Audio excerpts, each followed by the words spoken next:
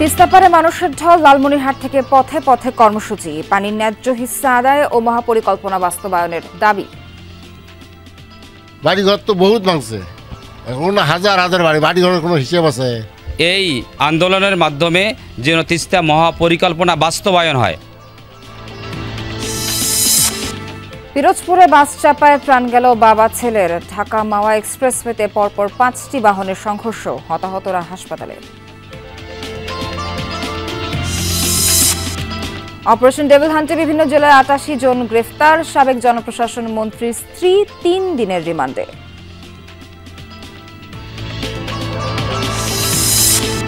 ঝিনাইদহের সরাতলা গ্রামের সমাজপতিদের বিধি নিষেধ। বাজানো যাবে না বাদ্যযন্ত্র, ঢুকতে পারবে না হকার ও তৃতীয় লিঙ্গের মানুষ। আইন বহির্ভূত কর্মকাণ্ড বলছেন ইউএনও। শরীয়তপুরে খাল ভরাট করে সেতুর সংযোগ সড়ক। জলাবদ্ধতার কবলে 500 একর ফসলি জমি। সড়ক বিভাগের অদূরদর্শিতায় ভোগান্তিতে কৃষক। যে খালের ভিতরে দাঙ্গে জমিনের পানিটা নেমে যেত, এই খাল তারা বন্ধ করে ফেলেছে। ধান হতো, পার হতো, আপনার ফসল পেঁয়াজ রসুন লাগাইতাম, অনেক ক্ষয় পড়ছে। তখন আমরা ক্ষতির বালায় বসে।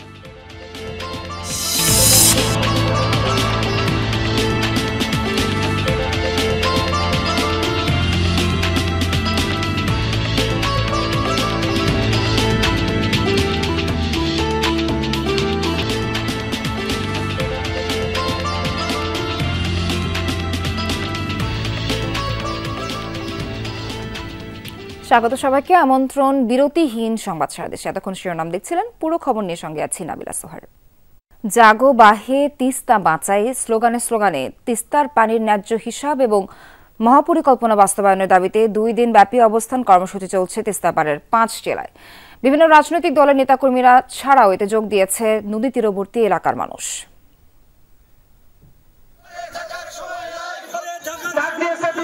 যে নদী গ্রাস করেছে জমিজিরাত আর ভিটেমাটি, সেই তিস্তা পারেই একাট্টা হয়েছে সব হারানো মানুষগুলো। কয়েক দশকের বঞ্চনা, পুঞ্জীভূত ক্ষোভ রূপ নিয়েছে সম্মিলিত স্লোগানে।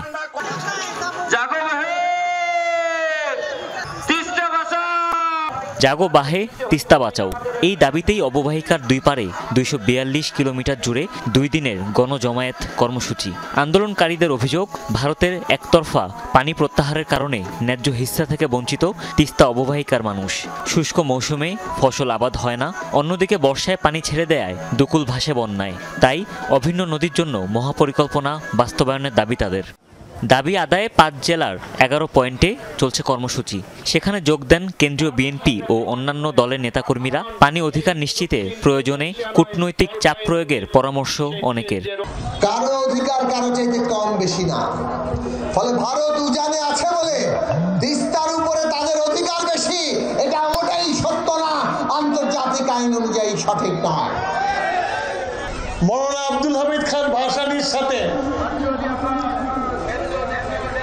আমরা গঙ্গার পানি হিস্সার জন্য, তখন আমি যুবক ছিলাম, হিস্সার জন্য আমরা চাঁপাইনবাবগঞ্জে গিয়েছিলাম গঙ্গার পানি আদায় করার জন্য। এই তিস্তা নদী মরুভূমি, আজকে অন্যান্য নদী মরুভূমি হয়েছে। এই মরুভূমির থেকে বাঁচতে হলে অতি দ্রুত বাংলাদেশে একটি নির্বাচিত সরকারের প্রয়োজন। এই নির্বাচিত সরকার ছাড়া এই প্রকল্পগুলো বাস্তবায়ন হবে না। দূর দূরান্ত থেকে ছুটে আসা মানুষের খাওয়া দাওয়ার বন্দোবস্তে চলছে রান্নাবান্না। গান আর নাটক পরিবেশনায় তুলে আনা হচ্ছে তিস্তাপাড়ের যাপন চিত্র।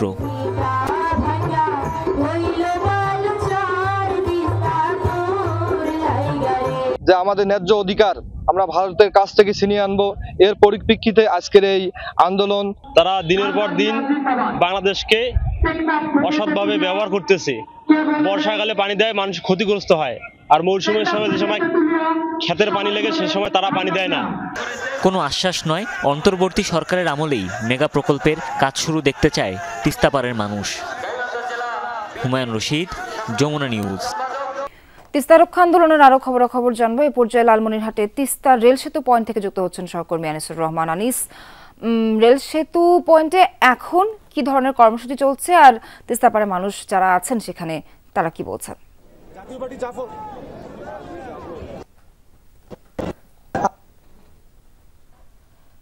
দিয়েছিলেন মির্জা ফখরুল ইসলাম আলমগীর। তিনি কিন্তু বক্তব্য দেওয়ার পরেই এই অনুষ্ঠানে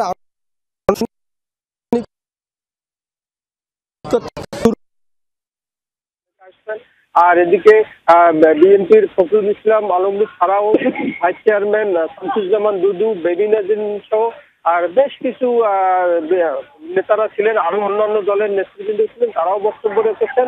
আর এদিকে নদী রক্ষা আন্দোলনের যে সমন্বয়ক অধ্যক্ষ আসাদুল আহমেদ দুলু, তার সভাপতিত্বে মূলত এই প্রোগ্রাম চলছে আজকে। কিন্তু এরপরে সন্ধ্যার পরে বিভিন্ন গান, নৃত্য, গান, গাড়ি গান, শাড়ি গান সহ বিভিন্ন কর্মসূচি রয়েছে। এছাড়াও আগামীকাল আর আজকে কিন্তু রাত 12টা পর্যন্ত এই কর্মসূচিগুলো রয়েছে। এছাড়াও আগামীকাল কিন্তু সকাল 10টায় 50,000 লোকের পদযাত্রা রয়েছে। তারা তিস্তা রেল সেতু থেকে তারা কাউনিয়া পর্যন্ত পদযাত্রা করবে। এছাড়াও কালকে সারাদিন ব্যাপী প্রোগ্রাম রয়েছে এবং সমাপনী অনুষ্ঠানে বিএনপির ভারপ্রাপ্ত চেয়ারম্যান তারেক রহমান বক্তব্য রাখবেন বলে আমরা জানতে পেরেছি। সোহাগ।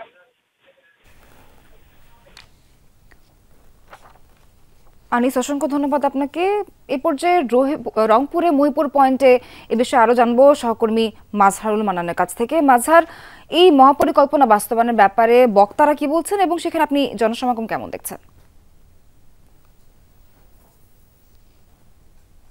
সেখানে তিস্তা থেকে শুরু করে যতগুলো এলাকায় এই অবস্থা আছে সেইটার জন্য কর্মসূচি নির্দিষ্ট করা আছে। মাজহার, নিশ্চয়ই শুনতে পাচ্ছেন আমাকে?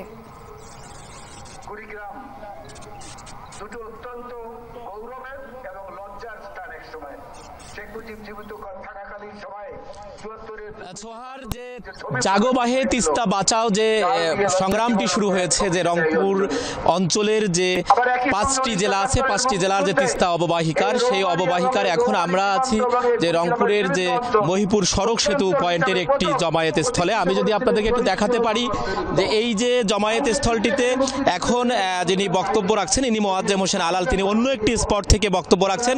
সেই বক্তব্যটি এখানে ডিসপ্লে করা হয়েছে। আমরা দেখেছি যে নৌকা, পথহাঁটা সহ নানা উপায়ে মানুষজন কিন্তু এরই মধ্যে এসে জড়ো হয়েছেন এবং তারা তাদের যে দাবির পক্ষে কথা বলছেন। এবং এখানে অনেকগুলো তাঁবু করা হয়েছে, ছোট তাঁবু, বড় তাঁবু, যে তাঁবুগুলোর মাধ্যমে তারা আজকে রাতে তারা অবস্থান করবেন এবং আগামীকাল রাতে অবস্থান করবেন এবং পরের দিন সকালবেলা চলে যাবেন। আমি যদি আপনাকে একটু তিস্তার যদি তথ্য দিতে চাই যে এই তিস্তার যে অসুবিধা যে জায়গাগুলো, সেটি হচ্ছে আপনি জানেন যে এরই মধ্যে তিস্তায় পানি না থাকার কারণে কিন্তু এই আশেপাশের কৃষকের খরচ বেড়ে গেছে 20 গুণেরও বেশি, এটি কৃষি বিভাগ বলছে। এবং আমি আপনাকে আরেকটি তথ্য দিই যে 2011 সালে যখন এই তিস্তা যখন একটি পানি চুক্তি হওয়ার কথা ছিল, তখন 37.5 ভাগ বাংলাদেশের জন্য, 42.5 ভাগ ভারতের জন্য এবং 20 ভাগ নদীর প্রবাহের ঠিক রাখবার জন্য কিন্তু করা হয়েছিল। সেটিও কিন্তু বিগত সময়ে হয়নি। যারা এখানে বক্তব্য রেখেছেন তারা বলছেন যে ভারতের সাথে গত সরকারের যে নতজানু পররাষ্ট্রনীতি, সে কারণেই কিন্তু এটি হয়েছে। সবথেকে বড় ব্যাপার হয়েছে চুক্তির তো হয়নি, পানি তো আসেনি, এর উল্টো যেটি হয়েছে যে ভারত আরও উজানে আরও 32 কিলোমিটার দীর্ঘ খালের কিন্তু একটি প্রস্তাবনা দিয়েছে এবং সেটি তারা পাশও করেছে। তার ফলশ্রুতিতে যেটি হয়েছে যে রংপুর এই যে তিস্তা ব্যারেজ প্রকল্প যেটি আছে, সেই ব্যারেজ প্রকল্পটি কিন্তু এখন অর্ধেকেরও কম আবাদের আওতায় এসেছে। অর্থাৎ যখন বাংলাদেশে প্রতিনিয়ত যখন শুকিয়ে যাচ্ছে তিস্তা, তাদের কৃষি যখন বিনষ্ট হচ্ছে এভাবে, এবং তারা এই তিস্তা মহাপরিকল্পনা বাস্তবায়নের তারা দাবি করছেন। মাজহার, অসংখ্য ধন্যবাদ আপনাকে। এবার একটু গাইবান্ধার খবরাখবর জানবো। গাইবান্ধার হরিপুর পয়েন্টে আছেন সহকর্মী জিলুর রহমান পলাশ। হরিপুর পয়েন্টে এই 2 দিন ব্যাপী কর্মসূচির এখন কি কর্মসূচি চলছে এবং সেখানে জনসমাগম কেমন দেখছেন?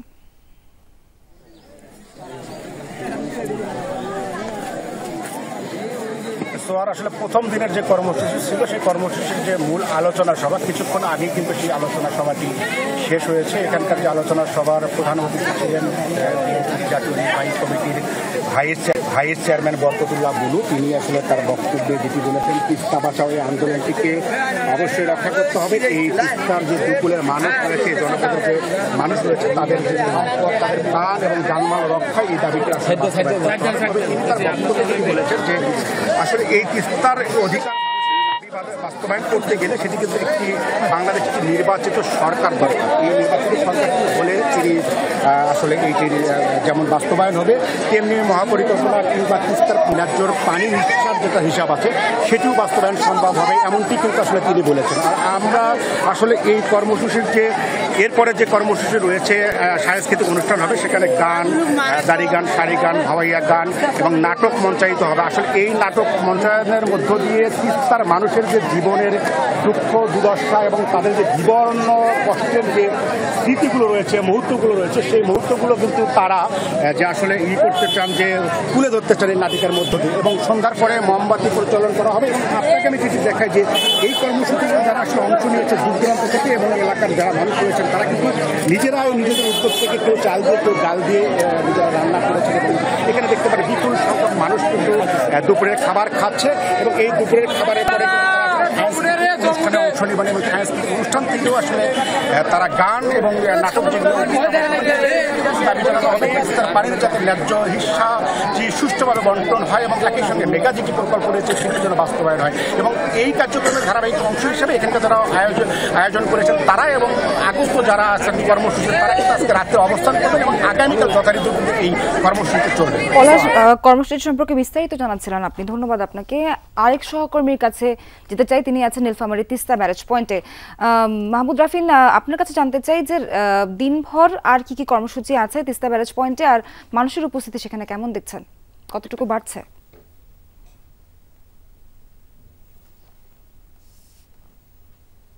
যে মূল যে পয়েন্ট লালমনিরহাটে, সেখানে বিএনপির মহাসচিব মির্জা ফখরুল ইসলাম আলমগীর বক্তব্য দিয়েছেন এবং বক্তব্যের পরে এই আন্দোলনের প্রধান সমন্বয়কারী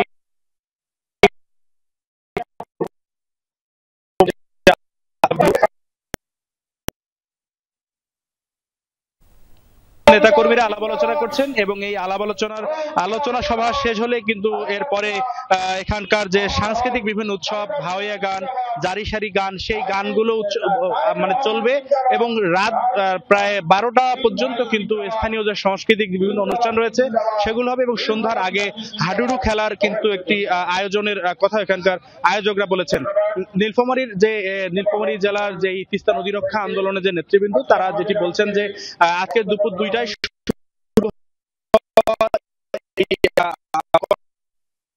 রাফিন, অসংখ্য ধন্যবাদ, বিস্তারিত জানাচ্ছিলেন।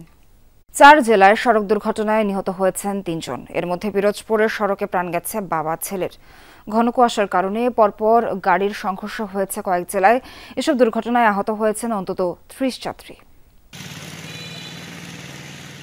ইমাদ পরিবহনের গাড়িটি যাচ্ছিল ঢাকায়। প্রত্যক্ষদর্শীরা জানায়, নাজিরপুর মাটিভাঙা সড়কের রোহিত লাবুনিয়ায় নিয়ন্ত্রণ হারিয়ে রিকশাভ্যানকে চাপা দেয়। এতে মারা যান নাজিরপুর উপজেলার মাহবুব মোল্লা ও তার ছেলে ইয়াত মোল্লা। দুর্ঘটনার পর চালক পালিয়ে গেছে। কুয়াশার কারণে নাটোর পাবনা মহাসড়কের গড়মাটি এলাকায় ট্রাক দাঁড় করিয়ে রেখেছিলেন এক চালক। পেছনে চলন্ত পিকআপ তাকে সজোরে ধাক্কা দেয়। এ সময় আরেকটি ট্রাক নিয়ন্ত্রণ হারিয়ে দুর্ঘটনা কবলিত পিকআপটিকে ধাক্কা দেয়। ঘটনাস্থলে মৃত্যু হয় পিকআপ চালক নাহিদ হোসেনের। ঘন কুয়াশায় মুন্সিগঞ্জের শ্রীনগরে ঢাকা মাওয়া এক্সপ্রেসওয়েতে পরপর 5টি যানবাহনের সংঘর্ষ হলে আহত হয় অন্তত 20 জন। হাইওয়ে পুলিশ জানায়, সকাল 7:30টার দিকে এক্সপ্রেসওয়ের কামারখোলা এলাকায় ঢাকামুখী লেনে একটি পিকআপকে পেছন থেকে কাভার্ড ভ্যান ধাক্কা দিলে দুর্ঘটনার সূত্রপাত। এ সময় একই লেনে পেছনে আসা 2টি বাস সহ অপর আরেকটি যান পরপর পেছন থেকে সংঘর্ষ হয়। দুর্ঘটনার কারণে এক্সপ্রেসওয়েতে কিছু সময় যান চলাচল ব্যাহত হয়। ঘন কুয়াশার কারণে ফরিদপুর বরিশাল মহাসড়কের চুমুরদি এলাকায় বাস ও কাভার্ড ভ্যানের মুখোমুখি সংঘর্ষ হয়। এতে আহত হন 10 যাত্রী। দুর্ঘটনার পর সড়কের দুই পাশে প্রায় 5 কিলোমিটার যানজট দেখা দেয়। আহতদের উদ্ধার করে স্থানীয় হাসপাতালে চিকিৎসা দেওয়া হচ্ছে। Saif Ahmed, Jamuna news. Operation devil হান্টে সারা দেশে 529 জনকে গ্রেপ্তারের খবর জানিয়েছে পুলিশ সদর দপ্তর। রাতভর অভিযানে গাজীপুর মহানগর পুলিশ 5 জনকে ও জেলা পুলিশ 5 জনকে গ্রেফতার করেছে।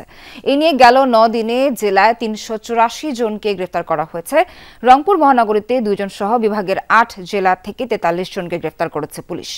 বিভাগে অভিযান শুরুর পর থেকে 294 জনকে গ্রেফতার করেছে পুলিশ। গ্রেফতারকৃতদের বিরুদ্ধে বৈষম্য বিরোধী ছাত্র আন্দোলনে হামলা, হত্যা চেষ্টা সহ নাশকতা পরিকল্পনা ও অর্থ যোগান দেওয়ার অভিযোগ রয়েছে। সবাই আওয়ামী লীগ ও সহযোগী সংগঠনের নেতাকর্মী। এছাড়া নারায়ণগঞ্জে 9 জন, জামালপুরে 9, পাবনায় 6, চুয়াডাঙ্গায় 4 ও টাঙ্গাইলে 4 জন ও সাতক্ষীরার তালা জেলা আওয়ামী লীগের উপপ্রচার সম্পাদক প্রণব ঘোষ বাবলুকে গ্রেফতার দেখানো হয়েছে। অভিযানে বিভিন্ন স্থান থেকে উদ্ধার হয়েছে আগ্নেয়াস্ত্র।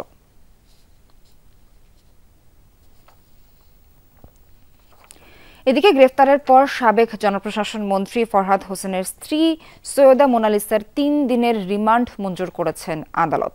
মেহেরপুর সদর থানার ওসি জানান, সাবেক জনপ্রশাসন মন্ত্রীর স্ত্রী সৈয়দা মোনালিসা যুব মহিলা লীগের কেন্দ্রীয় কমিটির সহসভাপতি।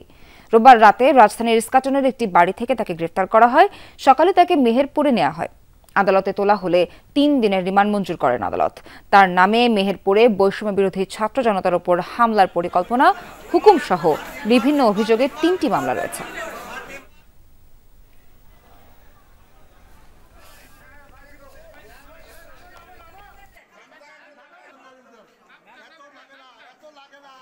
নিত্য প্রয়োজনীয় পণ্যের মূল্য সহনীয় রাখা, আইন শৃঙ্খলা পরিস্থিতির উন্নতি, নির্বাচনের রোডম্যাপ ঘোষণা সহ বিভিন্ন দাবিতে কয়েক জেলায় সমাবেশ করেছে বিএনপি। কেন্দ্রীয় কর্মসূচির অংশ হিসেবে দুপুরে নেত্রকোনার পুরাতন কালেক্টরেট মাঠে সমাবেশের আয়োজন করে জেলা বিএনপি। এতে প্রধান অতিথি হিসেবে উপস্থিত ছিলেন কেন্দ্রীয় কমিটির যুগ্ম মহাসচিব সৈয়দ ইমরান সালে প্রিন্স। তিনি বলেন, ভারত শেখ হাসিনাকে আশ্রয় দিয়ে বাংলাদেশের মানুষের সাথে সম্পর্ক নষ্ট করেছে। নিত্যপণ্যের দাম মানুষের ক্রয় ক্ষমতার মধ্যে রাখার তাগিদ দেন তিনি।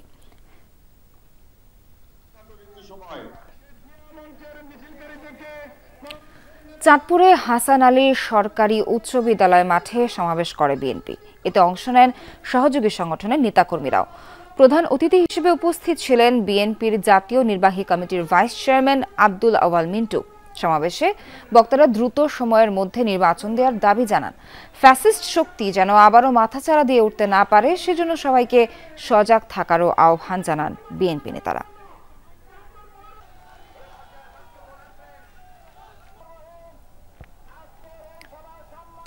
ভোলায় জেলা বিএনপি কার্যালয়ের সামনে অনুষ্ঠিত হয় সমাবেশ। প্রধান অতিথির বক্তব্যে বিএনপি চেয়ারপারসনের উপদেষ্টা জহির উদ্দিন স্বপন বলেন, তারেক রহমানের নেতৃত্বে এমন রাষ্ট্র তৈরি করা হবে যে রাষ্ট্রে আর কোনোদিন নিশি রাতের ভোট হবে না। জুলাই অভ্যুত্থানে হত্যাকাণ্ডের দ্রুত বিচার নিশ্চিতের দাবি জানান তিনি।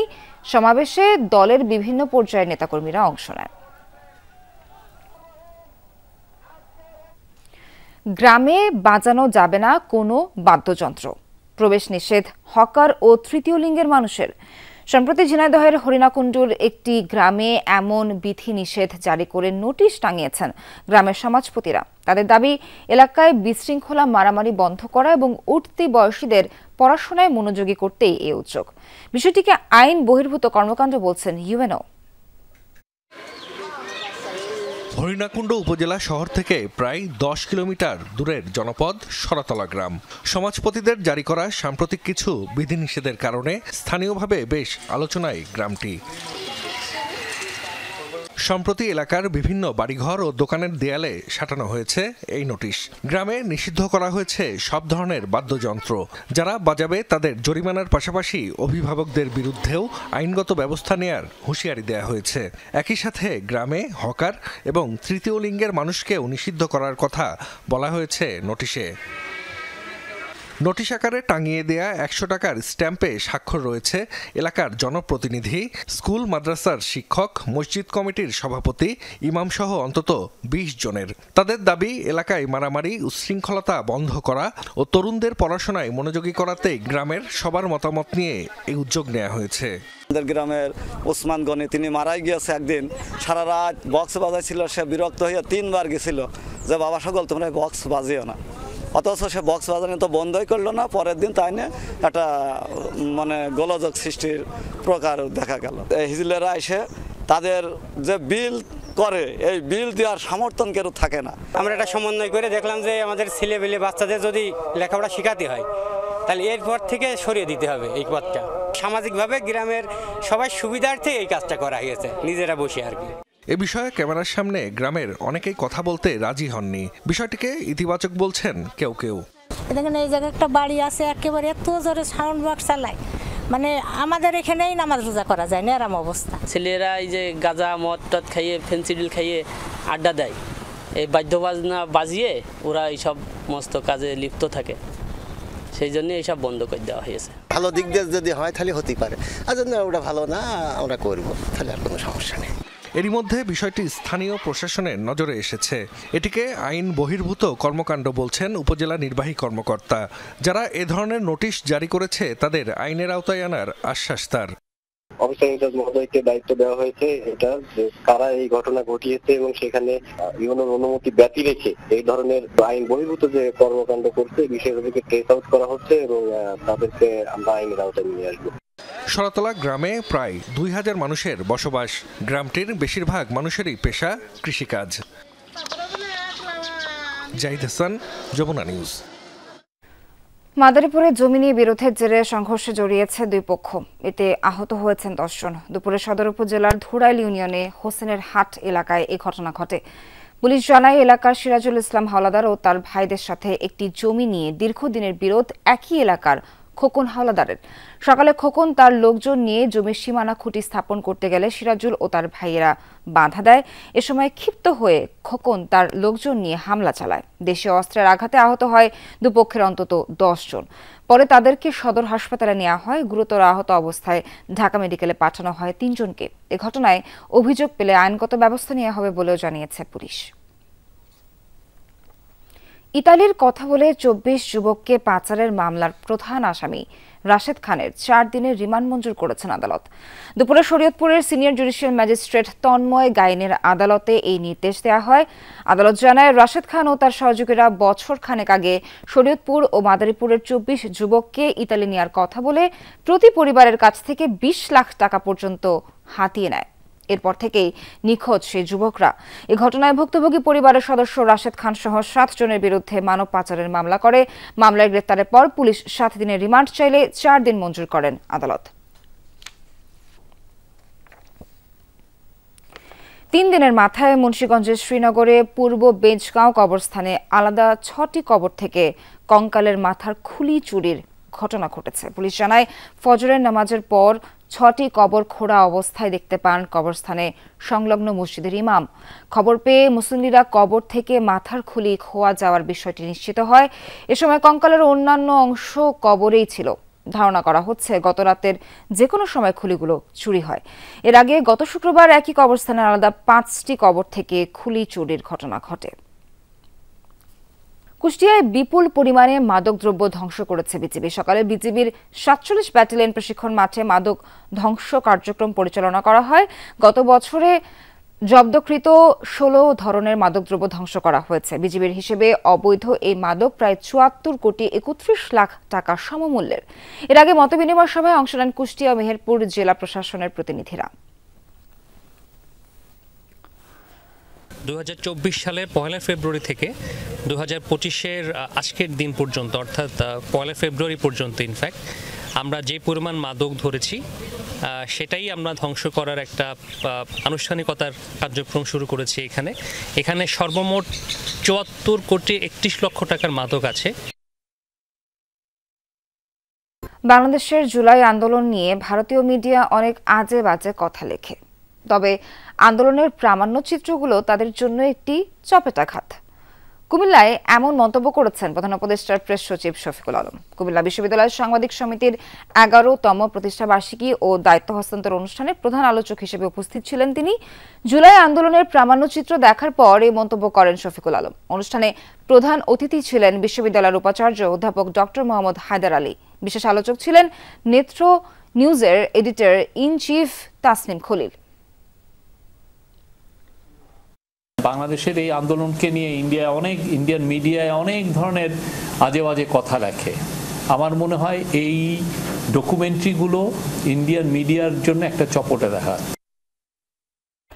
বর্ণাঢ্য আয়োজনের মধ্য দিয়ে গ্রিন ইউনিভার্সিটি অফ বাংলাদেশের 5ম সমাবর্তন অনুষ্ঠিত হয়েছে। পূর্বাঞ্চলের বাংলাদেশ চায়না মৈত্রী সম্মেলন কেন্দ্রে দিনভর অনুষ্ঠানের আয়োজন করা হয়। এতে রাষ্ট্রপতির প্রতিনিধি হিসেবে সভাপতিত্ব করেন বিশ্ববিদ্যালয় মঞ্জুরি কমিশনের চেয়ারম্যান অধ্যাপক ডক্টর SM.A. ফায়েজ। সমাবর্তনে 4129 জন গ্র্যাজুয়েটকে ডিগ্রি প্রদান করা হয়। এর মধ্যে 5 জনকে চ্যান্সেলর গোল্ড মেডেল এবং 10 জনকে ভাইস চ্যান্সেলর গোল্ড মেডেল দেওয়া হয়। অনুষ্ঠানে বিভিন্ন বিশ্ববিদ্যালয়ের উপাচার্যবৃন্দ, ট্রাস্টি বোর্ডের সদস্যগণ, একাডেমিক কাউন্সিল সদস্যগণ, শিক্ষক, ছাত্রছাত্রী, আমন্ত্রিত অতিথি ও অভিভাবকরা উপস্থিত ছিলেন। আজকের এই পরিবর্তিত বিশ্বে জ্ঞান এবং দক্ষতা অত্যন্ত গুরুত্বপূর্ণ। বিজ্ঞান ও প্রযুক্তির দ্রুত উন্নতির সাথে তাল মিলিয়ে চলতে হবে। তোমরা সবাই নিজ নিজ ক্ষেত্রে একজন সফল সুন্দর মানুষ হয়ে উঠবে। ব্যক্তিগত জীবন থেকে শুরু করে পারিবারিক, সামাজিক, রাষ্ট্রীয় এবং বৈশ্বিক পর্যায়ে গুরুত্বপূর্ণ অবদান রাখবে। সেতুর সংযোগ সড়কের নকশার একটি ভুলের কারণে পানিতে তলিয়ে আছে অন্তত 500 একর ফসলি জমি। শরীয়তপুরের নাড়িয়ায় খাল ভরাট করে অ্যাপ্রোচ সড়ক নির্মাণ করায় পানি প্রবাহ বন্ধ হয়ে দেখা দিয়েছে জলাবদ্ধতা। এ কারণে কয়েক বছর ধরে ক্ষতির মুখে হাজারের বেশি প্রান্তিক কৃষক। দ্রুত খালের পানি প্রবাহ ফিরিয়ে আনতে যথাযথ উদ্যোগের আশ্বাস সড়ক ও জনপথ বিভাগের। প্রথম দেখায় মনে হয় বিস্তীর্ণ এলাকা জুড়ে যেন কোনো জলাশয় অথবা কোনো বাওর এটি। বোঝার উপায় নেই বছর 5 আগেও এখানে চাষ হতো ধান, পাট সহ নানা ধরনের সবজি। অপরিকল্পিতভাবে একটি সেতুর সংযোগ সড়ক নির্মাণ করায় ভেসে গেছে একরের পর একর ফসলি জমি, তাই বন্ধই হয়ে গেছে আবাদ। 2021-22 অর্থবছরে ঢাকা শরীয়তপুর মহাসড়কে কীর্তিনাশা নদীর উপর একটি সেতুর জন্য সংযোগ সড়ক নির্মাণ করে সড়ক ও জনপথ বিভাগ। এই সংযোগ সড়কের নির্মাণের জন্য গাগরিজোড়া খালের মুখসহ ভরাট করা হয় 400 মিটার অংশ। ফলাফল প্রবাহ বন্ধ হয়ে জলবন্দী হয়ে পড়ে বিস্তীর্ণ অঞ্চল। কচুরিপানা ও আবর্জনার দখলে ফসলি জমি, আবাদ করতে না পারায় দীর্ঘস্থায়ী ক্ষতির মুখে প্রান্তিক কৃষক ও জমির মালিকরা।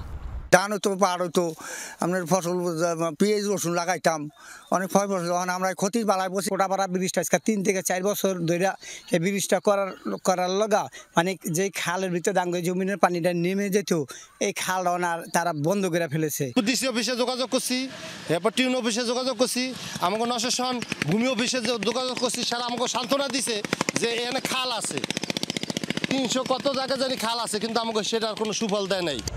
কৃষি অধিদপ্তরের মতে জলাবদ্ধতায় তলিয়ে আছে অন্তত 500 একর ফসলি জমি। কৃষকের লোকসান কমাতে দ্রুততম সময়ে বিকল্প উপায়ে পানির প্রবাহ ও নিষ্কাশনের পরামর্শ কৃষি কর্মকর্তার।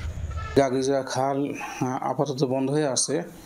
এটা যেন আমাদের প্রায় 400 থেকে 500 একর জমি, যেটা আমাদের আসলে এক ফসলি জমি। মূলত আমাদের বড় মৌসুমে এখানে বিভিন্ন ধরনের সরিষা, পেঁয়াজ, রসুন আবাদ হতো, কিছু কিছু এলাকায় ধান হতো। এটা আপাতত এবছর আবাদ হচ্ছে না, কারণ আমাদের জলাবদ্ধতা এখন আছে। কিন্তু কি করে খালের মুখ বন্ধ করে তৈরি হয় সড়ক? সড়ক ও জনপথ বিভাগ জানায় প্রকল্পের নকশায় ভুল করে বাদ পড়ে যায় খালটি, তাতেই এই ভোগান্তি।